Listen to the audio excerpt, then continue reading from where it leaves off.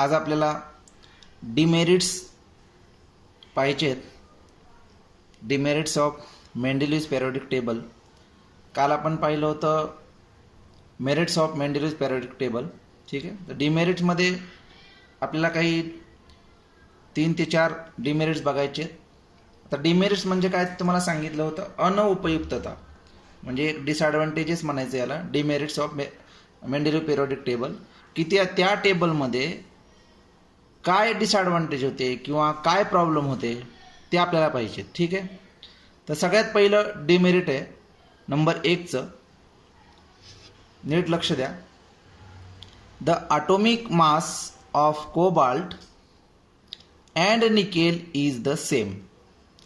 जर आपण periodic table बघितला, त्याचा अर्थ काय, डिमेरिटमध्ये काय सांगितलं की कोबाल्टचा ॲटॉमिक मास आणि निकेलचा ॲटॉमिक मास हे सारखंच आहे.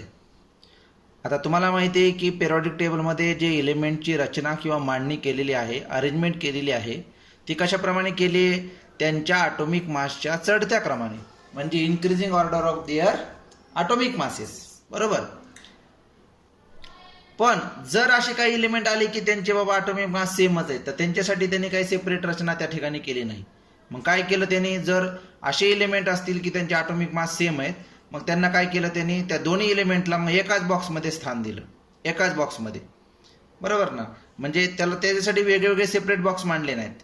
म्हणून इथं हे डेमेरिट आहे, कारण त्याला त्या एलिमेंटची सेपरेट मांडणी करता आली नाही. त्यांनी काय केलं, ज्या एलिमेंटची ॲटॉमिक मास सेम आहेत ते एकाच बॉक्समध्ये मांडले. असं एक्झाम्पल म्हणजे ते कोबाल्ट आणि निकेलचं आहे. म्हणून पहिलं डेमेरिट काय आहे त्याचं, की the atomic mass of cobalt and nickel is the same. atomic mass of cobalt and nickel is the same, so there is a no any arrangement, separate arrangement for these elements. ठीक आहे ना. तर हे पहिलं demerit आहे, atomic mass of cobalt and nickel is the same. ठीक आहे. आता हे आपण टेबलमध्ये बघू शकतो. हे बघा, टेबलमध्ये दाखवतो तुम्हाला. या टेबलमध्ये कोबाल्ट आणि निकेल यांचं आपल्याला काय करायची, अरेंजमेंट बघायची.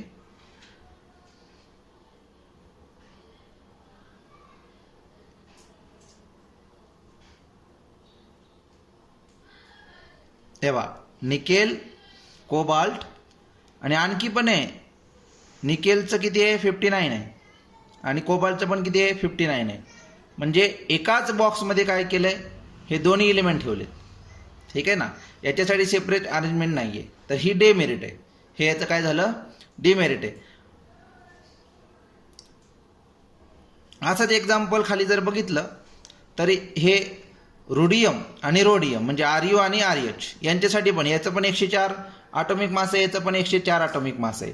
म्हणजे हे 2 एक्झाम्पल आहेत की ज्या ठिकाणी हे पहिलं डेमेरिट सांगितलं जातं आहे की बाबा सेम ॲटॉमिक मास असलेले एलिमेंट आहेत, त्यांना एकच बॉक्स दिला आहे. ठीक आहे ना. तर हा आहे पहिलं demerit, the atomic mass of cobalt and nickel is the same. Second demerit, no place given in the periodic table for isotope. त्याच्या पेरियोडिक टेबलमध्ये आयसोटोपसाठी सेपरेट प्लेस दिलेलं नाही. आता आयसोटोपसाठी सेपरेट प्लेस दिलेलं नाही म्हणजे काय, आता हे आयसोटोप काय आहेत हे अगोदर आपल्याला समजून घ्यावं लागेल. तर आयसोटोप समजावून सांगण्यासाठी फक्त कन्सेप्ट समजावून घ्या, हे काय नोट्समध्ये आपल्याला ॲड करायचं नाही आहे. आयसोटोप काय असतात, आयसोटोप अशा प्रकारचे ॲटॉम्स आहेत, atoms with same number of proton but differ in number of neutron. Same number of proton but differ in number of neutron. आता तुम्हाला माहिती आहे की प्रोटॉन, न्यूट्रॉन, इलेक्ट्रॉन काय. समजा हा ॲटॉम आहे. ठीक आहे. तर ॲटॉममधले जे पॉझिटिव्ह चार्जेस असतात ते असतात प्रोटॉन. ॲटॉममध्ये जे निगेटिव्ह चार्जेस असतात ते असतात इलेक्ट्रॉन. आणि ॲटॉममध्येच असे काही घटक असतात की ते पॉझिटिव्ह चार्ज पण नाही आहे, निगेटिव्ह चार्ज पण नाही आहे, न्यूट्रल असतात म्हणजे झिरो चार्ज, त्यांना आपण म्हणतो neutron. So positive ions is called as proton, negative ions is called as electron and no charge म्हणजे तिथं पॉझिटिव्ह चार्ज पण नाही, निगेटिव्ह बी चार्ज नाही, अशांना म्हणायचं न्यूट्रॉन. ठीक आहे ना. तर कोणत्याही ॲटॉममध्ये जेवढे नंबर ऑफ प्रोटॉन असतात तेवढेच नंबर ऑफ इलेक्ट्रॉन असतात. ठीक आहे ना. म्हणजे प्रोटॉन आणि इलेक्ट्रॉनची संख्या सारखीच असते. तर ॲटोममध्ये जे प्रोटॉन आणि इलेक्ट्रॉन असतात त्यांनाच आपण म्हणतो atomic number. The number of proton in the atom और number of electron in the atom is called as atomic number. ठीक आहे ना. ॲटॉमिक मास वेगळं. ॲटॉमिक मास म्हणजे त्या ॲटोमचं वजन, मास ऑफ ॲटोम. पण ॲटॉमिक नंबर म्हटलं, ॲटॉमिक नंबर म्हणजे त्या ॲटोममध्ये असलेल्या प्रोटॉनची एकूण संख्या किंवा त्या ॲटोममध्ये असलेल्या एकूण इलेक्ट्रॉनची संख्या. कारण ही संख्या सारखीच असते. समजा एखाद्या ॲटोममध्ये 2 पॉझिटिव्ह आयन असतील तर त्याच्यामध्ये 2 निगेटिव्ह आयन असतात. 3 पॉझिटिव्ह आयन असले तर 3 निगेटिव्ह आयन असतात. म्हणजे फॉर एक्झाम्पल सांगायचं झालं तर हायड्रोजनचं ॲटॉमिक नंबर आहे 1 याचा अर्थ हायड्रोजनमध्ये 1 पॉझिटिव्ह आयन आहे म्हणजे 1 प्रोटॉन आहे आणि 1 निगेटिव्ह आयन आहे म्हणजे 1 इलेक्ट्रॉन आहे. लक्षात आलं तुमच्या. तर प्रोटॉन आणि इलेक्ट्रॉन वेगळे. आणि न्यूट्रॉन म्हणजे काय की असे घटक त्याच्यामधले की त्याच्यामध्ये चार्ज नाही, त्याला पॉझिटिव्ह चार्ज बी नसतो आणि निगेटिव्ह चार्ज बी नसतो. म्हणजे तो प्रोटॉन पण नाही आणि इलेक्ट्रॉन पण नाही. ठीक आहे. तर हे झालं प्रोटॉन, इलेक्ट्रॉन आणि न्यूट्रॉनच्या बाबतीत. तर आपण आयसोटोप समजावून घेतो. आयसोटोप कुणाला म्हणायचं? Atoms with same number of proton but differ in number of neutrons. असे ॲटॉम की ज्याच्यामध्ये नंबर ऑफ प्रोटॉन हे सारखे असतात पण त्याच्यामधले न्यूट्रॉन मात्र वेगळे असतात. आता एक्झाम्पल सांगायचं तर अजून वेगळ्या प्रकारे सांगू तुम्हाला, हे जर समजलं नाही. बघा, differs forms of a single element. Isotope म्हणजे काय असतात? Differs form of a single. Differs म्हणजे एकाच इलिमेंटचे वेगवेगळे फॉर्म. आता एक एक्झाम्पल घेऊ म्हणजे तुम्हाला समजेल आयसोटोप काय असतं. समजा इलिमेंट आपण घेतलं एक्झाम्पल म्हणून कार्बन. तर कार्बनचे 2 आयसोटोप आहेत, कार्बन 12 आणि कार्बन 14. आता तुमच्या लक्षात येईल इलिमेंट एकच आहे पण त्याचे रूप 2 आहेत. एकच माणूस 2 रूप. कार्बन एकच इलिमेंट आहे पण कार्बन 12 आणि कार्बन 14 असे त्याचे 2 प्रकार आहेत. त्याच्यामध्ये फरक काय की कार्बन 12 मध्ये असतात 6 न्यूट्रॉन आणि कार्बन 14 मध्ये असतात 8 न्यूट्रॉन. लक्षात येते तुमच्या? कार्बन 12 मध्ये असतात 6 न्यूट्रॉन, कार्बन 14 मध्ये असतात 8 न्यूट्रॉन. पण प्रोटॉनची संख्या याच्यामध्ये सारखी आहे. म्हणजे कार्बन इलिमेंट आहे, कार्बन मधले प्रोटॉन बदलणार नाहीत पण न्यूट्रॉन बदलले. लक्षात आलं का? इथं काय सांगितलंय definition? Atoms with same number of proton. Carbon या घटकामध्ये जे प्रोटॉन आहेत, नंबर ऑफ प्रोटॉन ते सारखेच असतात पण याच्यामध्ये न्यूट्रॉन वेगळे. 6 न्यूट्रॉन आहेत, इथं 8 न्यूट्रॉन आहे. पण कार्बन घटकामध्ये प्रोटॉनची संख्या चेंज होणार नाहीये. म्हणजे असा ॲटोम, कार्बन हा एक ॲटोम पकडला, असा ॲटोम, असा इलिमेंट ज्याच्यामध्ये नंबर ऑफ प्रोटॉन सारखे आहेत पण नंबर ऑफ न्यूट्रॉन वेगळे आहेत त्यांना म्हणतात आयसोटोप. लक्षात आलं? तुम्ही आयसोटोप असं लक्षात ठेवायचं की इलिमेंटचे वेगवेगळे अवतार, वेगवेगळे फॉर्म. अजून एक एक्झाम्पल, युरेनियम नावाचं इलिमेंट आहे. तर युरेनियम 235 आणि युरेनियम 238 असे त्याचे 2 फॉर्म आहेत पण युरेनियम इलिमेंट एकच आहे. तसंच आयोडीनचे बी अनेक प्रकार आहेत. त्यातले एक एक्झाम्पल आयोडीन 131. ठीक आहे ना. म्हणजे आयसोटोप कुणाला म्हणायचं? एकच इलिमेंट पण त्याचे वेगवेगळे प्रकार. लक्षात आलं का? इलिमेंट एकच, त्याची वेगवेगळे नावं. आता आपलं आयसोटोपचं एक्झाम्पल सांगतो तुम्हाला. बघा, ऊस एकच आहे, बरोबर ना? ऊस एकच आहे पण ऊसापासून साखर तयार होते. गोडी बदलली का? नाही. ऊसापासून, त्या ऊसाच्या रसापासून गुळ पण तयार होतो. गोडी बदलली का? नाही. म्हणजे ऊसाचे 2 आयसोटोप आहेत, एक साखर आणि दुसरी गुळ. हे एक तुम्हाला एक व्यवहारातलं उदाहरण द्यायचं म्हणून उदाहरण दिलं. ठीक आहे ना. तर आयसोटोप म्हणजे काय हे तुम्हाला चांगलं समजलं असेल. तर डिमेरिट बघतोय आपण. सेकंड डिमेरिट आहे no place given in the periodic table for isotopes. मग जर अशा प्रकारे त्या टेबलमध्ये तुम्ही बघायला गेला तर तुम्हाला एकाच इलिमेंटचे वेगवेगळे रूप त्या ठिकाणी बघायला मिळणार नाहीत. म्हणजे त्या ठिकाणी आयसोटोपसाठी त्या मेंडेलिव्हच्या पिरियॉडिक टेबलमध्ये कोणतीही योजना केलेली नाही. समजलं का? No place given in the periodic table for isotopes. आयसोटोपसाठी जागा नाहीये. तिसरं डेमेरिट नीट लक्षात घ्या. The rise in atomic mass does not appear uniform. आता द राईज म्हणजे काय? राईज म्हणजे वाढणे. तुम्हाला माहिती आहे हा मेंडेलिव्हचा पिरियॉडिक टेबल कशा प्रकारे अरेंज केलेला आहे?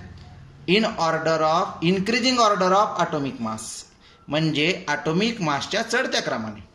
मग डिमेरिट काय सांगते की the rise in atomic mass does not appear uniform. The rise in atomic mass does not appear uniform.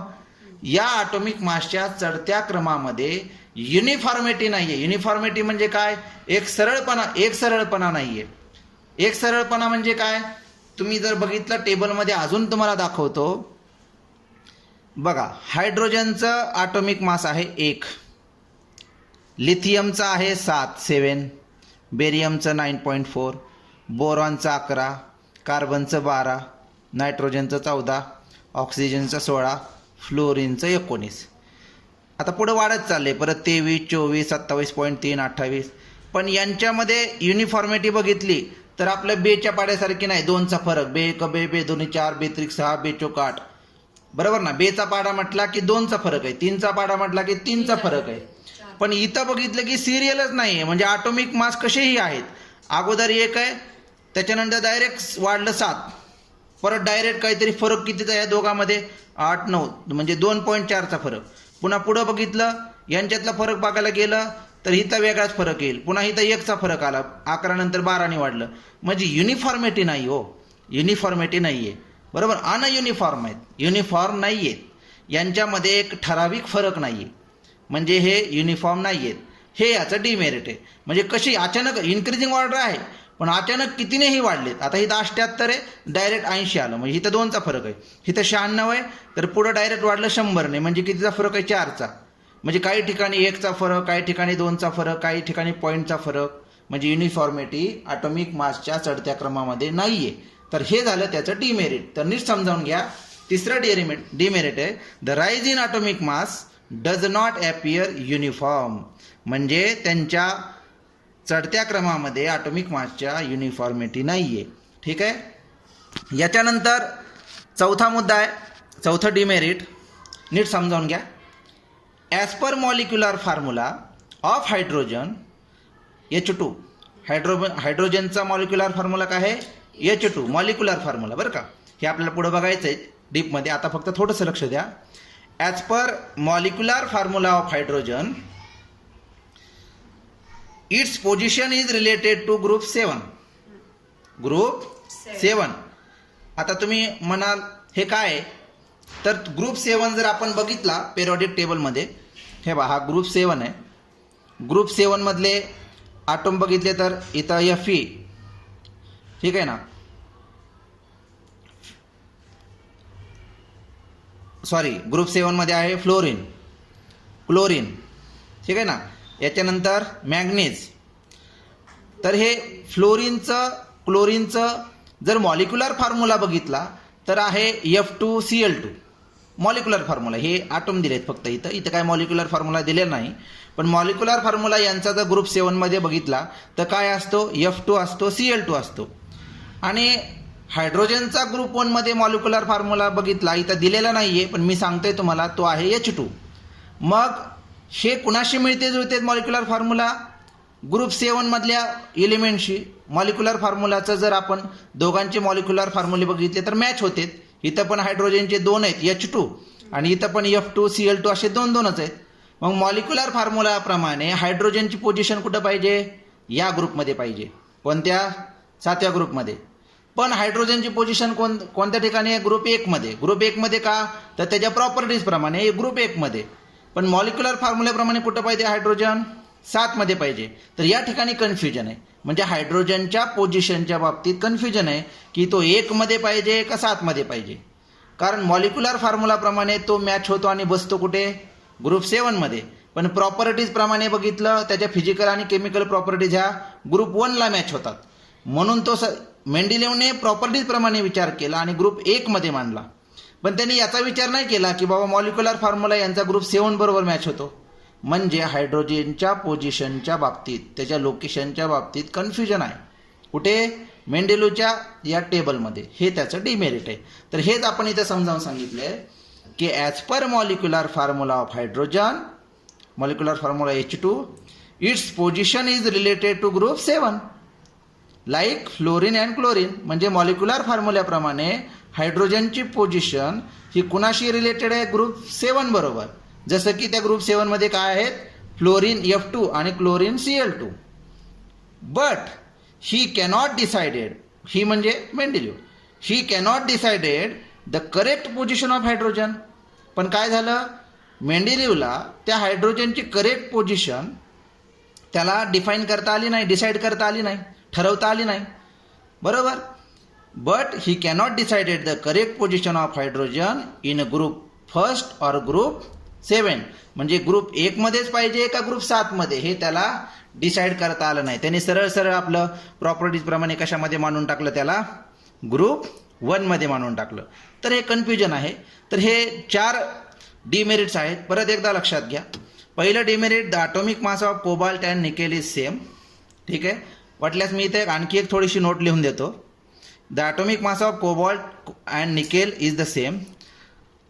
No separate